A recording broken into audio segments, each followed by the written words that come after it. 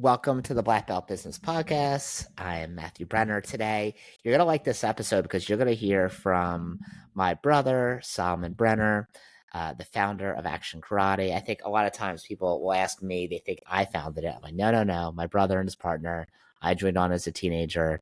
But if you are wondering how the economic climate might affect the martial arts industry, if you want to know, to me, this is like being a fly on the wall for the conversations that you and I would have anyway when we're having pizza dinner, or we're just hanging out. So if you're a martial arts school owner and you either have multiple locations or you want to grow the one school you have, this is going to be kind of, I think, good to listen to. We're going to talk about micro, we're going to talk about macro within the school. We're also going to talk about organic marketing and why that's so important, because I know some of our schools we shut off ads for, where we're not paying for any ads whatsoever anymore.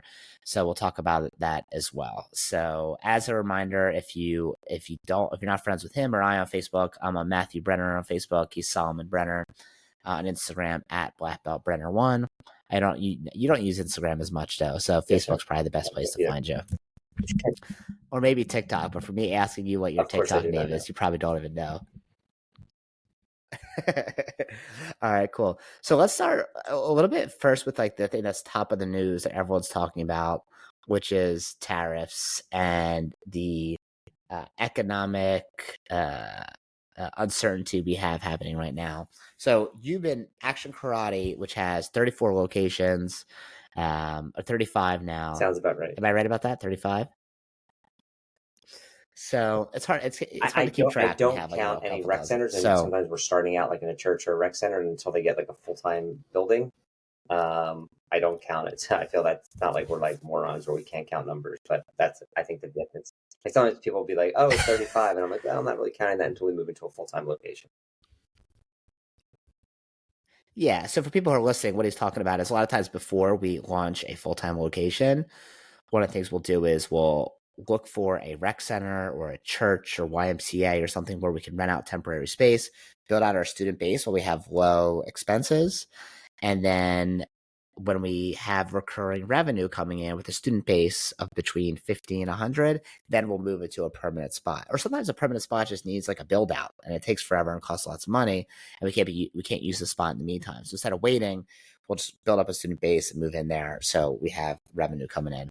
So we don't, if it's like a temporary spot, a lot of times it sounds like you won't even count that really until it's like a permanent resident. Yes, sir. That's how I count it. Like and we're trying to get away from even doing like church locations. I think we can do churches or synagogues or whatever we've done in the past, or rec centers. I think moving forward, we're going to do like very small pop-up spaces. I think we've figured out how to rent, 1,200, 1,600, 1,800 square feet relatively inexpensively. And I think it's a better setup than the other rec center type things we've done in the past. I think it's like, it feels more permanent to the person walking in. If you can find a pretty much a vanilla shell, it's not that hard to put like some pictures up on the wall, lay down some mats, which we would do anyway, put some chairs in there. And, if we don't have to do like any real flooring or bathroom build out or lighting and, just flip on the lights and turn on the air, it has to be perfect.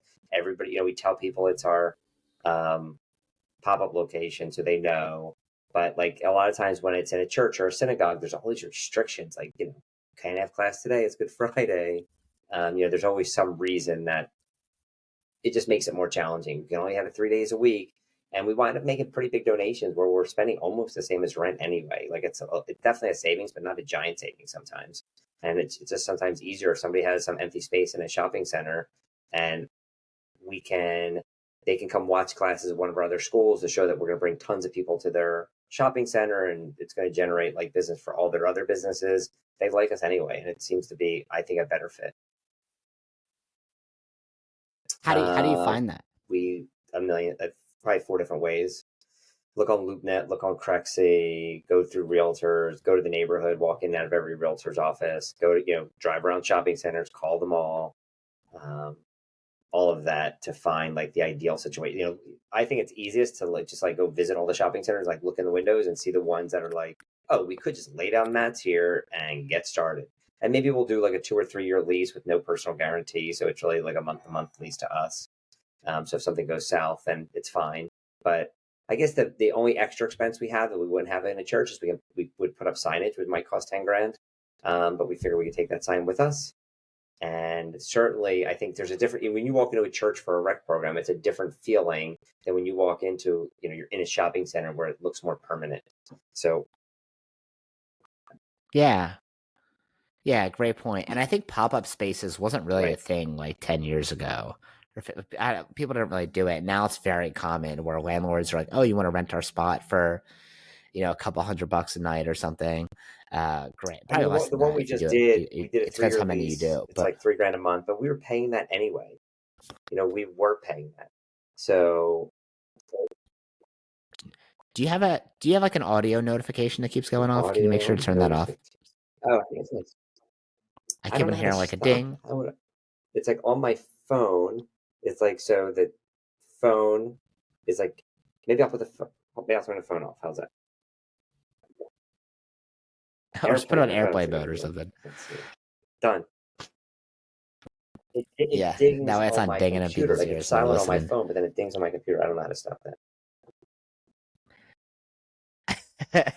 All right. Yeah, that's like an iMessage notification. Anyway, so let's say you go to shopping centers, you want to start your school, you find an empty space. Like, all right, cool, this could work for me. You just call the landlord, or you just call whatever number, whoever's in charge of the shopping center. I prefer and how do you to negotiate? Use our own realtor because he's been with us for a long time, so he understands like what I'm going to ask for, and he understands and it also puts a barrier between us and between me and the other person. And then eventually, if it doesn't go well, but it's like kind of close, I can step in and go talk to either the owner of the shopping center or the other broker and try and, have another layer of negotiation. We also always invite them to come see our school so they can see we run a clean operation. There's tons of people, they want that for their center. And we also write a letter, for us, it's pretty much a template now explaining we've been around for 30 years. Is how many locations we have, and here's the benefit to your shopping center.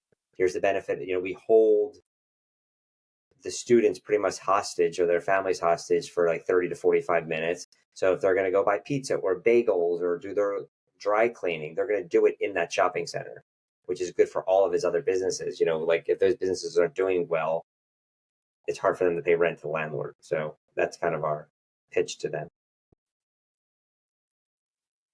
How do you figure out pricing for that? We what's try fair? and figure out what we would pay for the rec center anyway, and then try and get as close to that as possible.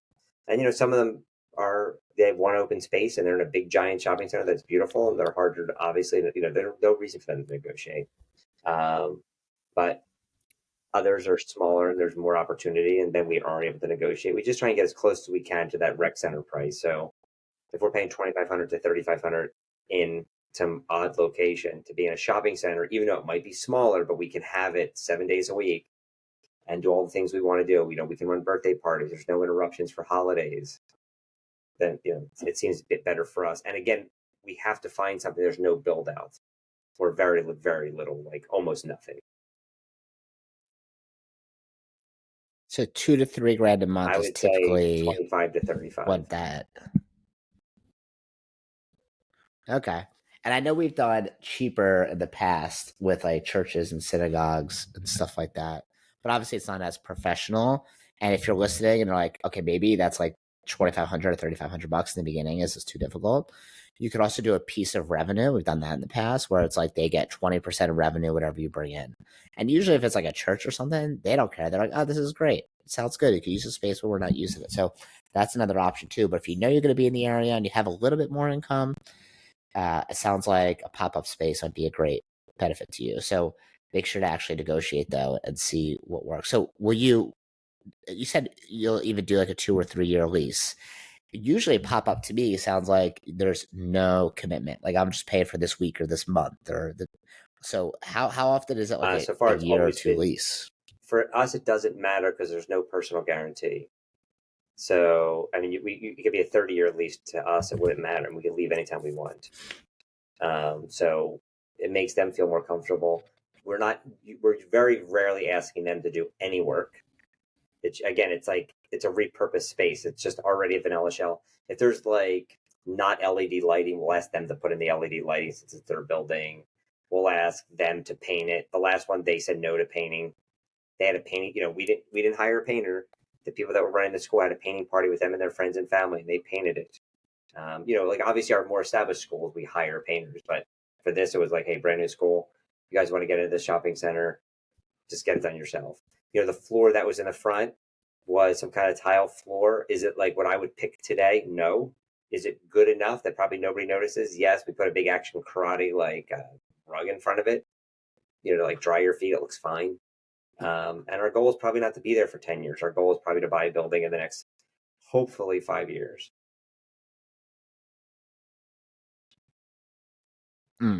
So after you rent for like, let's say 6 months or a year and a half, you're just constantly looking for another location in the meantime. But you just know that you want to be in that. And if we wind up staying there for 3 to 5 years, that's also fine. Like the rent is okay. That it's in a beautiful shopping center. It's fine.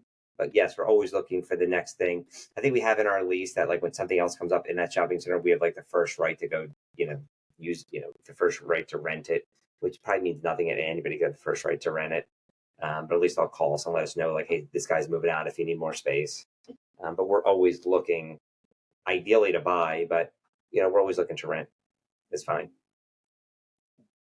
So I know build outs can really vary in pricing, but maybe for someone who's never done it before, I know we've had lots of bills come up recently where, I'm a partner in one of the buildings or two of the buildings. You have much more than that, obviously. So what do build outs look like price wise? And how do you figure out how much lately? Cost? 150 to 200 is probably the average. And that is pretty much the karate school doing the build out, not us as the owner of the building. And then sometimes us as the owner of the building, I would say almost all the time, there's stuff that we're going to do to kind of get it ready for them a little bit. Like the one we just raised the roof and put new windows and all this other stuff. And I think that was like probably another 200. Besides the karate school paying like their 125 to 150, I think they'll be into it for. But it's for us, it's a whole different thing. It's not the karate school. We're buying a building. We're investing in real estate.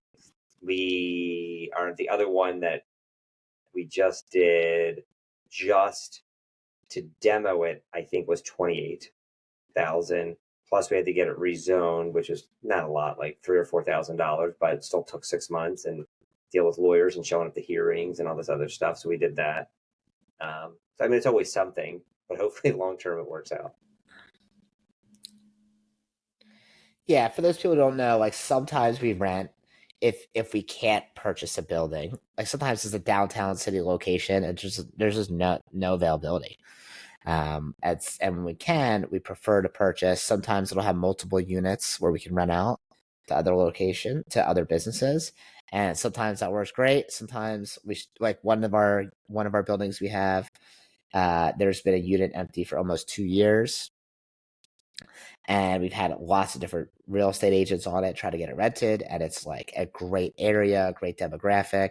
That martial arts school does like one of the best in the franchise, but for some reason we just can't get it rented. So it's not, you take on a lot of risk as a landlord, and that's okay. But like we think about, and one of the things you've taught me since I was a kid is thinking about like long-term wealth and just holding, and buying the building if you can, so you're not paying someone else's rent. But it's okay to pay someone else's rent if like you're in a great location, right? Like obviously prefer not to, but or if you don't have the money to put out for it, that's okay. Do you usually get construction loans if you're doing a big project like that? Or do you just have saved up cash you use it for? And then we've done one construction loan. It was like a bigger building that was it was 11 years ago. Now we don't. Now usually we have we have saved up money, but we also have a couple partners, so it makes it a little bit easier. The downside is 20 years from now we go to sell it, the partners get part of the profit. The upside is in the beginning you're sharing in the cost, but you're also sharing in the work that has to be done, whether it's collecting rent or calling somebody because they haven't paid their rent or sending a letter or whatever. Like, that's one of the benefits of having the partnership. Yeah. And like one of the things you asked me to do, which I thought was great, and I don't know why I didn't think of it sooner, is one of our units was empty next to our school. So um, we've done some canvassing before, like handing out flyers. Like I know you did. And obviously, we have a real estate agent who's trying to get it rented for us, but who knows what work they actually do. So you're like, hey, why don't you just message businesses on Instagram? And I'm like, I don't know why did I not think of that before? We've done that for generating martial arts students. Like, why did I not think about it for renting? So I just looked up coffee shops, gymnastic schools, dance schools, chiropractors, accountants, and just started messaging them like, hey, we're looking for a great neighbor next to one of our martial arts schools. We have lots of locations. This one's really great. And then all of a sudden we have a bunch of leads coming in. And then at that time, of course, we have a lead coming through a real estate agent that actually goes through, even though we the need million other another one. ones did not go through. But we still have one more we need. Yeah. And so luckily, I mean, honestly, I think I may have got to the point where I can't message anymore. I look at the map and I look at the businesses and I'm like, everyone I click on, I'm like, message. Like, I don't know what else.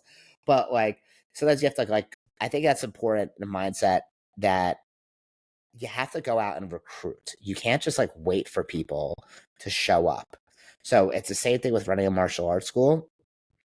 Yeah, you could pay for ads and Facebook ads, Google ads, but you can't rely on it, right? You need to go out and recruit new members and bring them in the door. That's always going to be the most surefire method that you can control, because you cannot control whether someone clicks on an ad or what the algorithm sends people. If you're doing you of course you could focus on having good copy or good pictures or good video, but and you should do that, but like you can't depend on it, right? And obviously we've hired um, a lot of agencies over the years, and very popular ones in the martial arts industries. And some of them have worked great in the beginning and suck later. Some of them suck right at the beginning, then they give them time, they work later. And even though with the best intentions of people we love, sometimes it doesn't always work, right? Especially with different locations, different demographics. So why do you feel like for you or for us that organic marketing is so important, and what do you train the staff to do in order to actually get them to bring in new students? All of the Instagram, Facebook, Google AdWords, in the beginning, when I say in the beginning, like when Facebook, I mean, we've been doing these AdWords or Google or Facebook since the beginning of Facebook. Like as soon as it came out, like we were doing it, we probably switched from direct mail postcards, then we were doing like EDDM or whatever that's called, every door direct. And it worked in the beginning. I think it just gets like saturated and people aren't looking at it anymore. And it's not, it's just, I think it works for some of our schools great still. But I look at marketing and pretty much everything in my life as like legs under a table. And there's always going to be, if you have 2 legs under the table, it's a pretty wobbly table. 3 legs, okay, it's a little bit better. 4 legs better. 5 legs better. And it's just adding more and more legs to your marketing, because there's always going to be something that works and always something that doesn't work. Wrigley, as in Wrigley gum, he was famous for saying that he knew for a fact 50% of his marketing worked.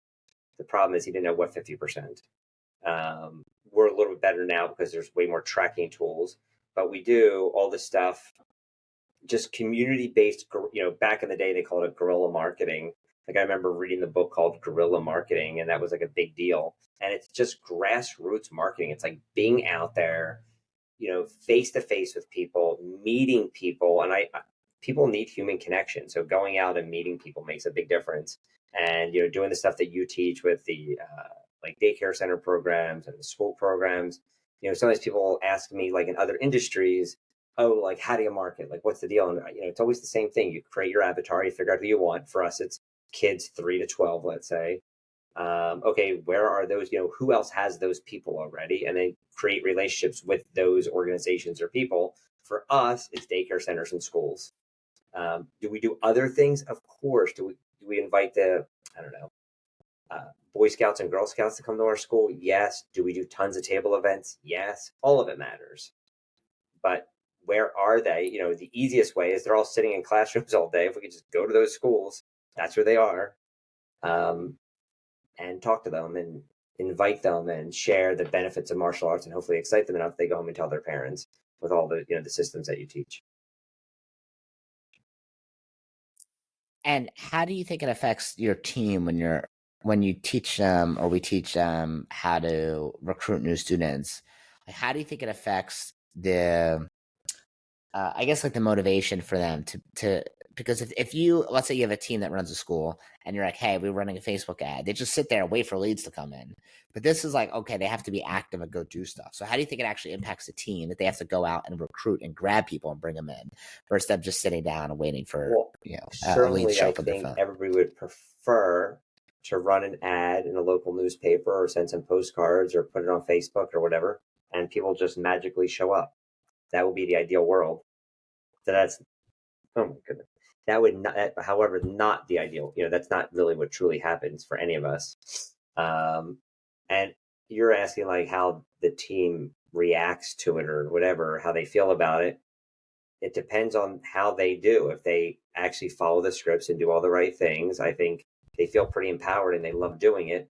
But it's sometimes hard to even go set up a school program, right? Like if they don't know how to do it, like for us, we take it for granted. Like you could drop me or you or a lot of our people in any city, any town, anywhere, and I could just start like walking around to daycare centers, and I would feel pretty confident that I would set up some programs at some of those daycare centers. But if you're uncomfortable doing it and you just have never done it before, it is scary. Like they're mostly going to say no to you if you don't know what to say, right? Like more people probably said no to me than most other people because I've done it so many times and had messed it up so many times. But once they get it, and then all of a sudden they do the program right, they start getting phone calls, they do the graduation, people are enrolling on the spot. Like the person who you I think worked out with this morning is crushing it on daycare. I don't know if you talked about it this morning, but is crushing it on daycare centers right now, and their school is just doing great. And he's constantly saying like, you got to follow the system. People are like, well, I did it this way. He's like, stop. I don't want to hear how you did it. Just follow the system that we know for a fact works and just do it. And he's been like, his school's always been successful. He's a great operator. He's smart. He runs a really good team. He's got a great team with him. However, in the last, 6 months, like he decided to just really double down on doing those school programs, and he's crushing it. Did you guys talk about it today or no? He texts me every time he has a mass enrollment. And then I'm wondering, I'm like, why is he not paying me for this? No, I'm just kidding. No, but every time he does a mass enrollment, he texts me the screen of like how many new students, and he'll be like, got 4, got 6, got 3, got 2, and it's like people don't realize the compounding effect. Like, here's the thing: you don't need to get into every school. You don't need to get into every daycare. Like one of the things I do when I do like a call with like a potential client, a lot of times now I'll share my screen. I'll show them one of the sheets that we use to keep track for our clients, and I'll show them like a sample one, not a sample. I'll show them a real one of like here's one of my clients, and everything is color coded. So red means like that school said no, yellow means they're in the process trying to figure it out, green means yes, like they set up, they have dates, they're ready to go. And I always show them the list, and I'm like, okay, here's all the list of the schools, here's all the list of the daycares, and there's always a lot of red, right? And I'm like, that's okay. You don't need to get into every school. You don't need to get into every daycare. You only need to get into 2 or 3, because once you get into 2 or 3 and you learn how to hack your way in, then you could use that as leverage to get into the other ones. And every year you're going to add another 1 or 2 or 3. And like, let's say there's a total 25 daycares or schools in your area, and you get rejected by 18 of them, which is a lot to get rejected from, you're in 7, right? And if 7 of them, each one, you get 4 or 5, that's 45 new students, right? Oh, 28 new students, right? 28 to 30 new students, or 28 to 35 new students. So that's a lot. Like that's on top of everything else you do in your school, the walk-ins, the referrals, people from your website, if you run any ads. Like that is an enormous amount of new students, plus the retail spend, anyone that they refer into the school. And you don't have to get accepted by everyone. The rejection is okay. You need to get rejected. And the more you just put yourself out there, like you didn't do martial arts so you can start a martial arts school so you can send a school the perfect email that has all these details of exactly how a school program works and why they should do it. They're just saying ignore that. You got to get in front of people, show them your best face, because you're probably somewhat charismatic if you teach martial arts. You're probably good at talking to people, and people now have less trust over the internet than ever.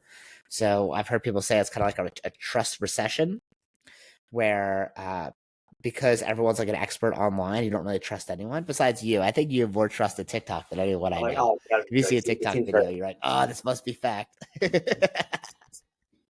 it's got to be right. Earlier, it was very compelling. The images of the words. There's something called rejection therapy, and I don't know anybody who likes rejection, but I also feel that I really don't like rejection.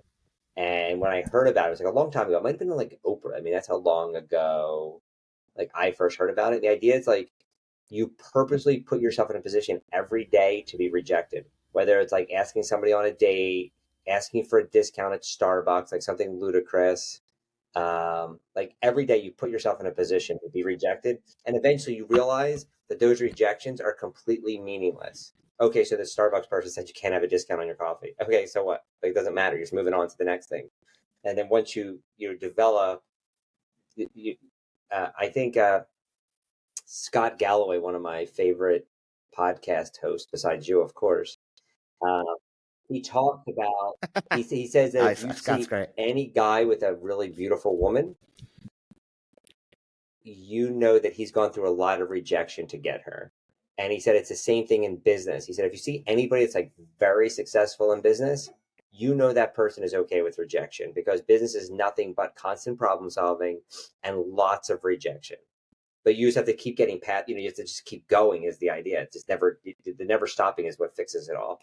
So I think rejection therapy is like an interesting way to like help yourself get past it. And doing these daycare programs, certainly you're going to be rejected, but remember, they're only saying no for right now, right? Like, how many people have you met that said, like, I asked my wife on a date 10 times, I asked her to marry me 17 times, and then she finally said yes. They're like the most happily married people ever, or like dating super happy or whatever. It's the same thing. Like, plenty of daycare centers have said no to us, and then we go back the next year, and now they heard about us, like you said, from the other program, or now it's a new person working there or whatever, and now they say yes. It's just no for right this second. It doesn't mean no forever.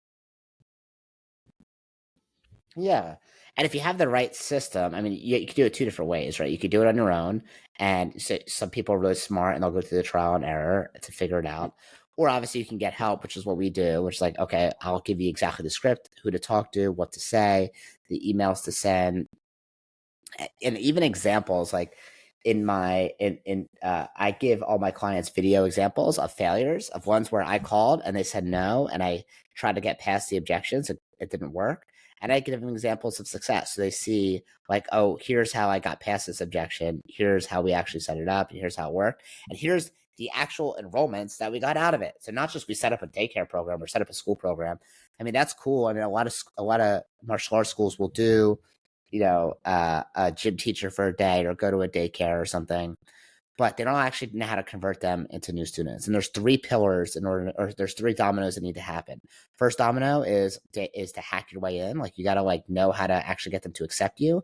And usually if you could just go talk to someone at the front desk, they're going to put up like a wall immediately and not even let you like talk to them if you don't say the right words. So like, how to actually hack your way in is the first domino. The second domino needs to fall is creating a great program so those kids actually show up to your martial arts school.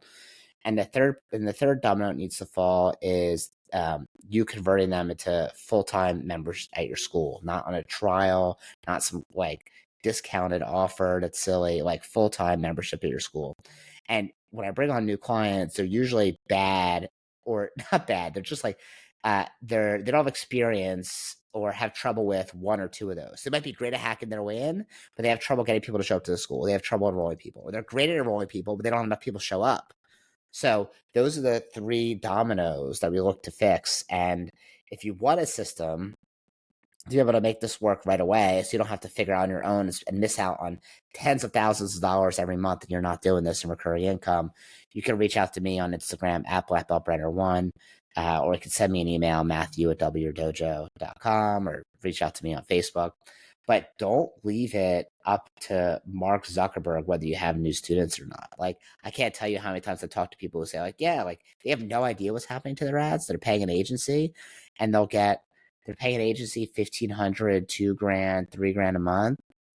And they're like, yeah, I think we had like 4 new students last month and then 6 before that. I'm like, dude, you're paying like $400, $500 a student. Like, that's crazy. And sometimes they're paying like $300 a lead. And I'm like, oh my God. And here's the thing, like, usually those leads, not usually, but sometimes those leads can be low quality. If you go out in the neighborhood, in the schools and daycares, even if you got 0 new students, but you learn how to actually collect leads from those programs, which is what I teach clients how to do. Those are hot leads because they're people that live in the area. They've seen you, they like you, they trust you. And if they don't join right away, they're going to join your school later because now they've experienced being in front of you. Like with AI and technology kind of taking over everything, people are going to be even more starved for human relationships. Like anytime you deal with customer service and you're just like hitting number 0 to get to an agent because you're tired of talking to the chatbot, right? Like people want to have human connection. So go out there and don't wait and recruit new students. So the other thing I wanted to talk. Oh, there's like a buzzing noise. There's something going on outside. You have like some like airplanes going by. It's they're it's okay. It's okay. Right now they're we'll just leave it. Landscaping. Which is the first time for the season. I didn't know it was going to be today. But hold on, there's 2 things that I wanted to just kind of, I think everybody probably already knows this, I'm sure. But like 35 new students over 6 months, let's say 4 or 5 a month, doesn't seem like that much. I know you're saying compounding. On top of compounding is the majority of our expenses are fixed. Like, like we have the instructors, we have the rent is what it is, the electric is what it is. The majority is fixed.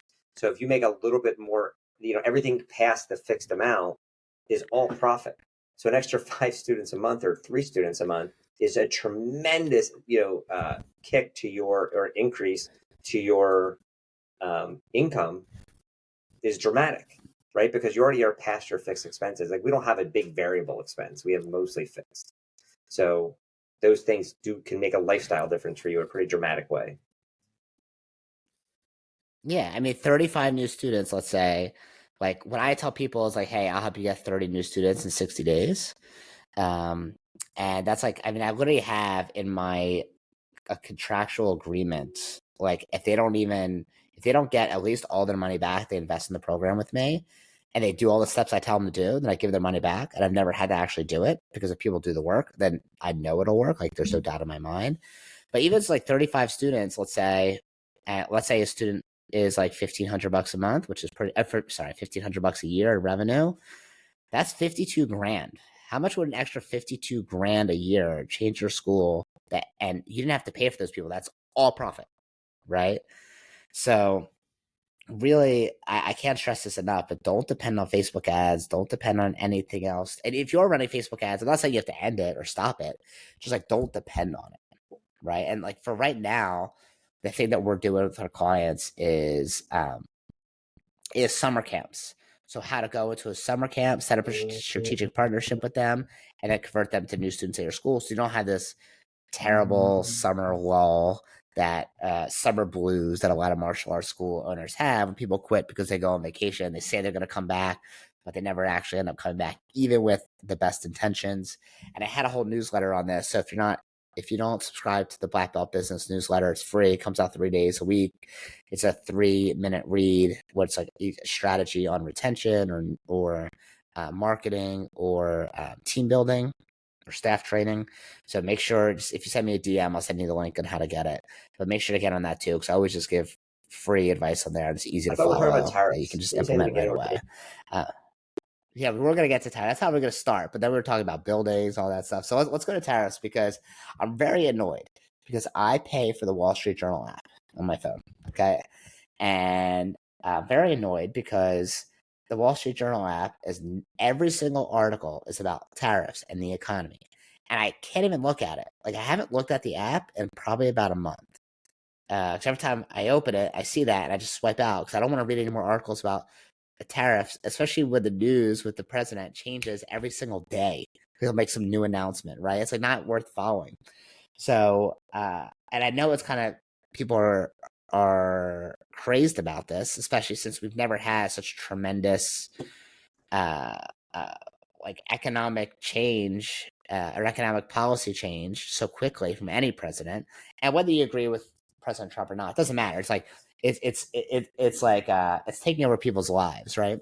So I want to know, like, does this affect you or like how you function? I have lots of conversations how you run the about business? it on the golf course. trying to understand whether it's, this. I don't think this is political in any way. I certainly would like to see our country be in less debt, and be more fiscally responsible. I don't know if this way of doing it is the right way. I have zero idea. I do think some people are confused that the tariffs are like a tax on the other country. It's just the tax on us. At the end of the day, when the product, let's say karate uniforms come in, let's say they're made wherever, in Pakistan or something, and they come into the US, whatever that tariff is, the person who's buying it pays the tariff, and then somebody has to pay that. Like, it's just like shoplifting, right? Like, somebody has to pay for the loss. Like, and it's always the consumer. Some people say, well, the people manufacturing the uniform will charge us a little bit less because they want to make sure that we don't just manufacture it here. Maybe that happens. Some, I guess. But then it's got to cause inflation. Like, there's no way that I understand this, that it doesn't affect the ultimate consumer, because we're going to pay more for uniforms. We have to charge somebody for those uniforms. Like, we can't, like, we're in business to make money. So it can't just be like we eat that cost or something. It has to come from somewhere. So that worries me. Personally, when my retirement accounts and savings go down by 20%, I don't like it. I don't like to look at it. I'm not overly like my life hasn't changed any, other than me not liking that. My bigger worry is everything is done emotionally, right? Like, every sale, everybody does everything on an emotional level. Everybody thinks they're logical, but they're not. So if our students feel less wealthy because their 401ks and their savings are down 20%, so they feel less wealthy, plus everything they're buying costs more because of tariffs, right? Like, there's an inflation, so you're making less money, you have less, plus you're spending more on eggs and whatever, right? Like, everything goes up, right? Obviously, inflation is always there, but if it's 6% instead of 2.5% or 3%, you see it, you feel it more. They feel more poor. I think they begin to make more decisions of, hey, maybe we shouldn't do this. My kid whines they don't want to do karate anyway. It's so expensive, and they're crying about class anyway. Forget it. We don't want to do it.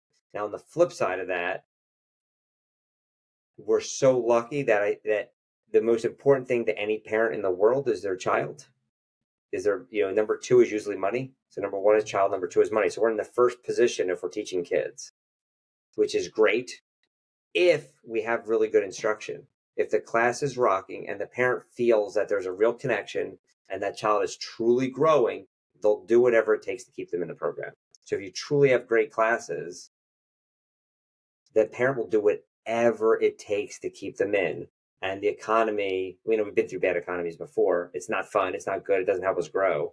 But if we have good enough classes, so for us, we're always, but now like a little bit more, making sure that our classes are really strong, talking to all of our instructors to make sure that, really good connection, really good progress, everybody's growing, and they're pointing it out to the parents. And I think if they see that, could our schools decline a little bit? Of course, but it won't be a disaster. It'll be just, and then we'll also work a little bit harder, right? We'll do more school programs, we'll do more marketing, we'll do more whatever. So it'll be okay. So it'll be harder work. So certainly this turmoil is not good for us, I think, short term. I'm hoping that it's good for the country long term, which anything good for the country long term would be good for us long term. What do you think? Yeah, I mean, I once again try to stay away from it because I feel like it's all like, it's almost like it feels like to me TMZ politics, and everything is just like goes up in flames, and anything they talk about today is going to be old news tomorrow. But I think you're right that it does concern me that students may be concerned about their 401ks. Like, when I look at my retirement account and it's down by a lot, first of all, I don't barely look at it. I look at it 2 to 3 times a year. But when I do and it's down, like, it doesn't really affect me like an emotional way. I'm like, it doesn't matter. I'm just not going to sell it for another 30 or 40 years anyway. So for me, it doesn't really matter. Maybe if you're about to sell it right now, about to retire, maybe that'd be troubling. Yes, but also if you're about to retire, you probably would have de-risked your portfolio. That's probably not a word, but if you work with like bonds or yeah, as you get close to retirement age, that's like what any a good financial advisor would have you do, so that your risk wouldn't be as high. So yeah, it might be down, but it's not down like right now when I'm younger, I'm 33. I could be aggressive because it doesn't matter because I have so many years, right? But yeah, I would just like try not to get caught up in it because you can't control it if you're a martial arts school owner. You definitely can't control how many times have you seen? How many times have you seen the economy go up or let's say go down in a huge way that you felt like the world was crashing, but everything ended up being fine? I think 3 or 4 times where it was pretty significant. You remember, you're right. You can't control these tariffs, but you certainly control what happens in your school. You certainly can control how you save your money. If you have the most standard thing they say is like a 6-month nest egg, like you have all your expenses for 6 months in a savings account making interest, and that peace of mind certainly makes you feel better knowing like, okay, if there's a big disaster, like I have that. Like I can pay my mortgage, I can pay my rent, I could pay all my bills, pay my health care, I can eat, maybe go out to dinner less or something. I think if you have that, again, you control. They say like there's the economy, but then there's also your economy, and really the only thing that matters is your economy. So having those extra 35 students you're talking about, having not good, but really great classes, because there's lots of options out there. Having low rent, being able to control things, even your own expenses, like having low expenses in general, living below your means. I went to a seminar a few weeks ago, and the guy who was speaking is like significantly wealthy, like in the hundreds of millions of dollars wealthy. And one of the things they said like, okay, what's the secret to your success? And he said like 2 main things that I took away. He said, number one, I outwork everybody. So he didn't say like he got lucky. He didn't say like he said, I'm there before everybody in the morning and I leave after them because I'm working. He also talked about like Saturdays and Sundays. He's like a real estate guy. He said, you know what I'm doing on Saturdays and Sundays? I'm driving around looking at properties. Now he still spends time with his family. It's not like he's neglecting them, but he works really hard. And number 2, he said, I've always lived below my means. Even though I've made great, eventually was making amazing money, I've always lived below my means. So that, because I always thought like anything I could save, I can invest into the next property. And he's a very, very wealthy guy right now. So, and it's true for all of us. Like, people say, oh, how do you buy those buildings? I don't know. I don't like go out to like fancy dinners all the time, and I don't have a super nice car. It's just living below your means. It's not like some magic. It's just living below your means, and running really good classes. Well, thank you so much for coming on here. Is there anything else you want to add, or anything else you feel like martial arts school owners want to know in terms of what to expect with the economy? Maybe it could be like an economy Nostradamus. You know what's going to happen, or just ignore it, keep your head down, and get more students. You can't control again those tariffs, but you can control your own economy. Just make sure your own economy is solid. Make sure you have your retirement account. Make sure you have your saving stuff. I think the most famous person is like Dave Ramsey. And you don't have to agree with everybody says. Like for me, I think Dave Ramsey, most of the stuff he says is completely, on point and correct. Rich Dad Poor Dad type stuff. If you have your own house in order, I think I saw like to put it in perspective, like the stock market goes like, like this, right? But whenever it's here, it seems like the most awful thing. But it's always kind of going up. But it's when you're at the down part of the up, it still feels awful. But if you have your own house in order, you get through it. Of course, I don't like it, but it's okay. The world's not coming to an end. Like it doesn't stop me from pretty much doing anything. Cool. Well, thank you so much for coming on here. I'm glad your portfolio it's good for you. It's kind of self-promoting for you. When the Oracle of Omaha, Warren Buffett, when Warren Buffett was asked, it was during like a CNBC interview, if you could invest in anything today, what would it be? And you were thinking he was going to say like this specific stock or oil or real estate or something. He said, in yourself. He said, anybody who's the best at anything will always do well in their life.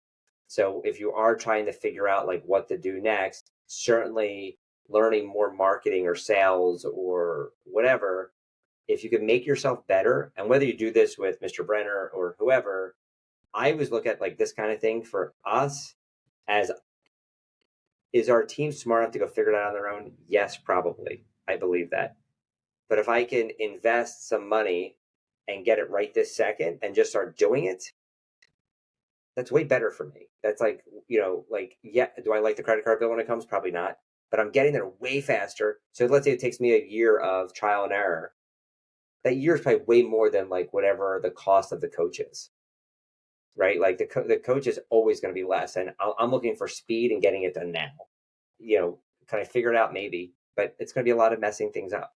So I'd rather and a lot of our success comes from having, I believe, wonderful relationships with all the best coaches in our industry and out of our industry.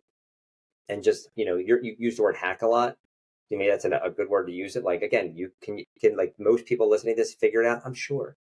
But why would you want to have to? Like, just do it right this second. Just, if there's a book that would teach you how to do it, you would just read the book right now. At least that's what I would do, and then just do it. I'd rather be an implementer, an executor, than trying to figure it all out. Just do it, get it done. Yeah. I think people also become like information hoarders, right? They just save posts and like, oh, I'm gonna get this later, I'm gonna do this later, and they never actually do it. So when you actually pay for something, you give a crap, and then you start doing it, right? Like, so. All right. Well, thank you so much for coming on here. You can find me on Instagram at BlackBeltBrenner1. You could find my brother on Facebook, Solomon Brenner. If you have any questions, reach out. Barely, he makes a face when I tell him his Facebook. You put name out loud because no, I don't you mind. don't want people to ask you questions. No, I don't mind any questions whatsoever. I love, my favorite thing is talking to people. So no, I don't mind that at all. Zero do I mind. I think you're going to ask me what my Facebook name is. Have a great day, guys. I mean, I don't know what it is. I'm sure if you Solomon Brenner, no, I'm pretty sure it's just your name. And my name is unique.